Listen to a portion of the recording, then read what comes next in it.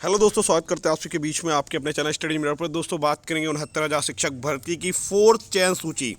High court से कहीं ना कहीं एक बुरी खबर है और सावधान हो जाइए, एक और खतरा जो आप सभी की सूची पर है। खतरा अभी टला नहीं है, एक के बाद एक याचिका हाई कोर्ट में। तो आइए डिस्कस करते हैं इस वीडियो के माध्यम से। वीडियो को बिना स्किप करते बने रहिए मेरे साथ आपके अपने चैनल स्टडी मिरर पर।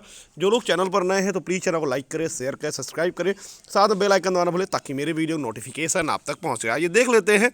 जैसा दोस्तों यहाँ पर देख सकते हैं कि ये याचिका है जिसकी कुछ चीज़ें आपको दिखाई जा रही हैं। जहाँ पर कई लोगों पार्टी बनाया गया, आप सभी लोग देख सकते हैं। State of through chief secretary basic education department, ठीक है, यानी कि प्रमुख सचिव जो मुख्य सचिव उनको पार्टी बनाया गया। सेक्रेटरी बेसिक यानी प्रताप सिंह बघेल सर को पार्टी बनाया गया है। डायरेक्टर बेसिक यानी शिक्षा महानिदेशक सर्वेंद्र विक्रम बहादुर सिंह को पार्टी बनाया गया है।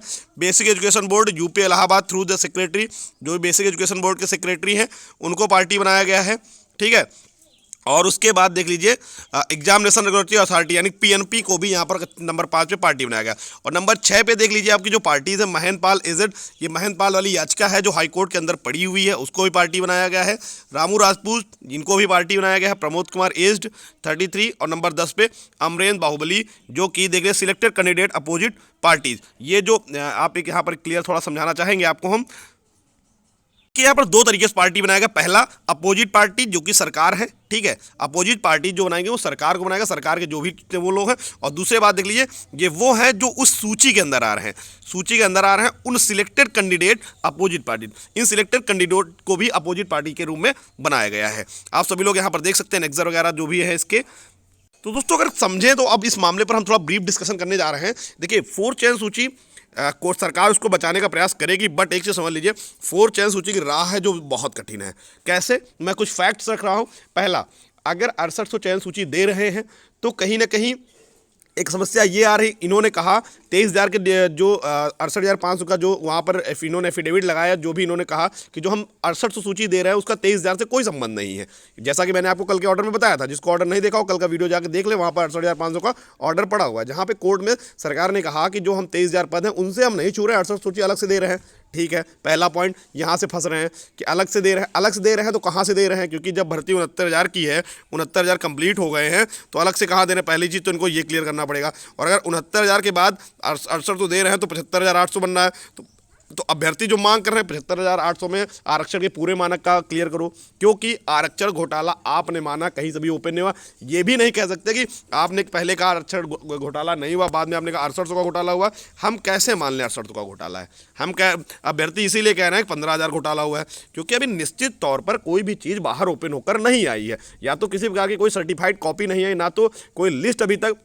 देखिए, अगर 69,000 शिक्षक भर्ती की जो 867 की जो लिस्ट जारी हुई थी जिसमें चयनित की, अगर उसकी एक एक कैंडिडेट का गुणवत्ता अंक के साथ, कैटेगरी के साथ, किस कैटेगरी का था, किस कैटेगरी में उसका चयन हुआ, अगर टोटली ओपनली अगर कर दिया जाए तो फिर उसके बाद एक निश्चित तौर पर पता चलेगा कि आखिर कितने लोगों को घोटाला हुआ है, कितने लोग इस भर्ती में गलत तरीके से आए हैं, कितने लोग इस भर्ती में गलत तरीके से नहीं आए। तभी अगर एक देखा जाए तो एक्चुअल में जो कैंडिडेट ऑफ नंबर है वो पता चल जाएगा। लेकिन यहाँ पर सरकार ने पहले कहा कि घोटाला नहीं हुआ है, आज अगर कह रहे हैं 68 का घोटाला हुआ है, तो कैसे हुआ है ये मानने की कोई बात ही नहीं है कि आखिर किस बेस से माना 68 का हुआ है। अभ्यर्थी इसीलिए कह रहे हैं 15,000 को हुआ है।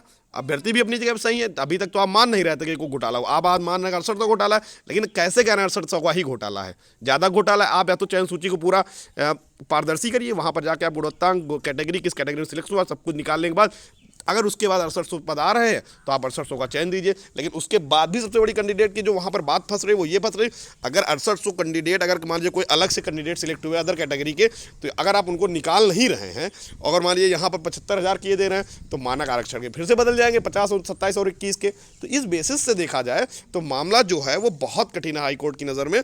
और कहीं ना कहीं अगर जिसको लगता है खतरा टल गया, तो बिल्कुल एक चीज़ समझ लीजिए, खतरा अभी नहीं टला। मेरी बात किसी को बुरी लग सकती है, इससे मुझे कोई फर्क नहीं पड़ता है, लेकिन फैक्चुअल बातें आपको चैनल के माध्यम से हमेशा बताई, जो फैक्ट्स होते हैं, आपको सारे फैक्ट्स के साथ बात की जाती, कोई इधर उधर की अनर्गल बात नहीं की जाती। तो फैक्ट्स यही कहता है जो मैं आपको बता रहा हूँ।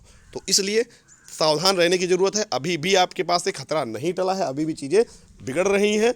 और जब तक इसमें देखिए कोर्ट तो इसमें मामले में जो सरकार है वो अपना 100% दे रही है। अब आने वाले समय में देखते हैं क्या होता है, बट निश्चिंत होकर ना बैठिए कि सरकार हमारे फेवर में है, क्योंकि आपको बहुत अच्छे से अगर ना याद हो इतिहास में आपको याद दिलाता हूँ, 60-65 का मुकदमा था जहाँ पर सुप्रीम कोर्ट तक अभ्यर्थी बीएड बीटीसी अपना 60-65 बचाने के लिए अपना अलग से लड़ रहे थे। सरकार, जबकि सरकार का मुद्दा था, लेकिन अभ्यर्थी फिर भी लड़ रहा था, क्योंकि सरकार के ऊपर आंख मूंद के भरोसा नहीं किया जा सकता है। अगर आपको अपनी चयन सूची बतानी है तो आपको स्वयं उतरना पड़ेगा अगर बचाने के लिए। बाकी फैक्ट्स ऐसे ऐसे भी कोर्ट के अंदर ऐसे ऐसे पॉइंट्स ओपन होंगे जहाँ पर कहीं ना कहीं नींद उड़ने वाली है। तो इसलिए जो भी चीज़ें आपको चैनल के माध्यम से मैंने अवगत करा दी, इसमें जो चीज़ें हैं, इसमें जो समस्याएं हैं बहुत सारी सूची के अंदर, क्योंकि सूची 68 तो अगर सही है तो फिर गलती कहाँ पे है। और अगर आपने कह दिया पहले नहीं हुआ, आज आप कह रहे हैं हुआ है, तो ये हम कैसे मान लें कितने का ही हुआ, इससे ज़्यादा का हम कह रहे हैं हुआ है। तो इसके लिए कहीं ना कहीं समस्याएं गंभीर होती जा रही हैं। तो इस पर थोड़ा विचार करने की जरूरत है। फैक्ट्स को लेकर अगर अन्य क्वेश्चन आपके दिमाग में आना तो कमेंट बॉक्स में आप बता सकते हैं कि इसके अलावा ये भी पॉइंट्स हैं। तो देखते हैं। Thank you for watching. Bye bye, take care.